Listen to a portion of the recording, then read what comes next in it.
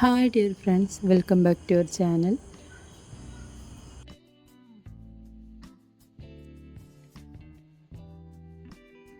ഇന്ന് വളരെ എലഗൻ്റ് ആയിട്ടുള്ള ഒരു എംബ്രോയ്ഡറി ഡിസൈൻ ആയിട്ടാണ് വന്നിട്ടുള്ളത്. ഇത് നെക്കിലാണ് ഡിസൈൻ ചെയ്തിട്ടുള്ളത്. അപ്പോൾ എല്ലാവരും വീഡിയോ സ്കിപ്പ് ചെയ്യാതെ കണ്ടു നോക്കുക. ത്രെഡും ബീഡ്സും ഒക്കെ ചേർന്നിട്ടുള്ള ഒരു നല്ലൊരു വർക്കാണിത്. ലൈറ്റ് കളർ ഷെയ്ഡാണ് കൊടുത്തിട്ടുള്ളത്. അപ്പോൾ എല്ലാവരും വീഡിയോ മുഴുവനായിട്ടും കാണുക. ഈ ഒരു വർക്കിൽ ഉപയോഗിച്ചിരിക്കുന്നത് സിൽക്ക് ത്രെഡാണ്. നമ്മളിപ്പോൾ ചെയ്യുന്നത് ചെയിൻ സ്റ്റിച്ചാണ്. 2 സ്ട്രാൻഡ്സിലാണ് ചെയിൻ സ്റ്റിച്ച് ചെയ്യുന്നത്. നമ്മൾ ഈ ഒരു ലൈനിലെല്ലാം 2 സ്ട്രാൻഡ്സിൽ ചെയിൻ സ്റ്റിച്ച് ചെയ്ത് മുഴുവനാക്കുകയാണ് വേണ്ടത്.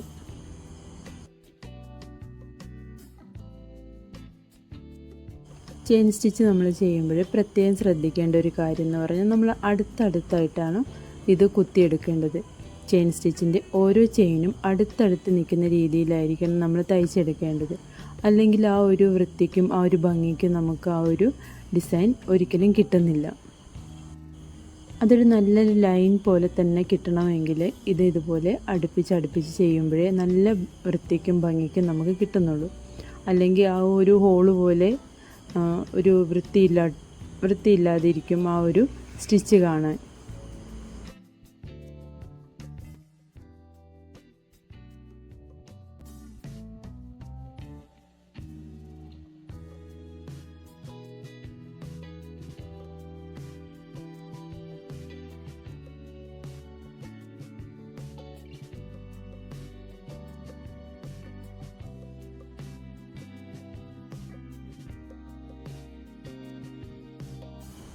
ഇതുപോലെ ചെയിൻ സ്റ്റിച്ച് എല്ലാം ചെയ്ത് കഴിഞ്ഞിട്ട് നമുക്ക് അടുത്തായിട്ട് ചെയ്യേണ്ടത് ലേസി ഡേസി സ്റ്റിച്ചാണ്. നമ്മൾ ഈ ഒരു ഭാഗത്താണ് ഈ ഒരു സ്റ്റിച്ച് ചെയ്യുന്നത്. ഇത് ചെയ്യുമ്പോൾ പ്രത്യേകം ശ്രദ്ധിക്കേണ്ടത്, നമ്മളൊരു ഫ്ലവറിൻ്റെ ഒരു ഇതള് പോലെയാണ് ചെയ്തെടുക്കുന്നത്. അതുകൊണ്ട് തന്നെ നമ്മൾ ഈ ഒരു വർക്ക് ചെയ്യുമ്പോഴത്തേക്ക് ഇത്ര മാത്രമേ നമുക്ക് ഇത് ടൈറ്റായി കൊടുക്കാൻ പാടുള്ളൂ. നന്നായിട്ട് ടൈറ്റ് ആക്കരുത്. ഈ ഒരു രീതിക്കായിരിക്കണം നമ്മൾ ആ ഒരു ഫ്ലവർ എടുക്കുന്നത്. അല്ലെങ്കിൽ നമുക്കൊരിക്കലും ആ ഒരു ഷേപ്പിനകത്ത് കിട്ടുന്നില്ല. ഫ്ലവർ ആയാലും ലീഫായാലും നമുക്ക് ആ ഒരു ഷേപ്പിനകത്താണ് കിട്ടേണ്ടത്. ഒരുപാട് നമ്മൾ ടൈറ്റ് ചെയ്യുന്ന സമയത്ത് അതൊരു ലൈൻ പോലെ മാത്രം വരും. നമ്മളൊരു റണ്ണിങ് സ്റ്റിച്ചൊക്കെ ചെയ്യുന്ന രീതിക്ക് അടുത്തായിട്ട് വരും. അപ്പോൾ നമുക്ക് ഈ ഒരു ഭംഗി കിട്ടുന്നില്ല. നമുക്ക് ഈ ഒരു ചെയിൻ സ്റ്റിച്ച് എന്നുള്ള രീതിക്കാണ് ഇത് കിട്ടേണ്ടത്.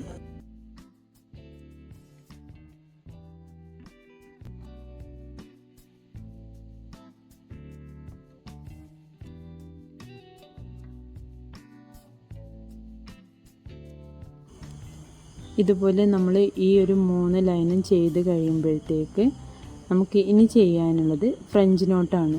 ഫ്രഞ്ച് നോട്ട് ഈ ഒരു ലീഫിൻ്റെ അല്ലെങ്കിൽ ഈ ഒരു എതളിൻ്റെ സെൻറ്ററിൽ വരുന്ന രീതിയിലാണ് നമ്മൾ ഈ ഒരു ഡിസൈനിൽ ചെയ്യുന്നത്. ആ ഫ്രഞ്ച് നോട്ട് അതിൻ്റെ സെൻറ്ററിൽ വരുന്ന സമയത്ത് ആ ഭാഗം നമുക്ക് ഇങ്ങനെ ഒരു ഒഴിഞ്ഞിരിക്കുന്ന രീതിക്ക് നിൽക്കുന്നില്ല. അതൊരു ഫില്ലായിട്ട് വരുമ്പോഴത്തേക്ക് ഒന്നും കൂടെ ഭംഗിയായിരിക്കും നമുക്ക് ഈ ഒരു ഡിസൈൻ കാണാനായിട്ട്.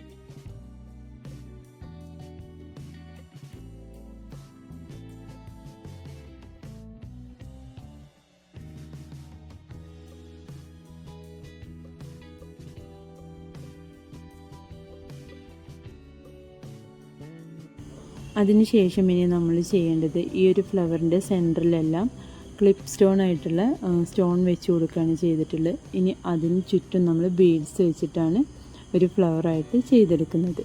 അപ്പോൾ ഇതുപോലെ ബീഡ്സ് വെച്ചിട്ടാണ് നമ്മൾ ചെയ്യുന്നത്.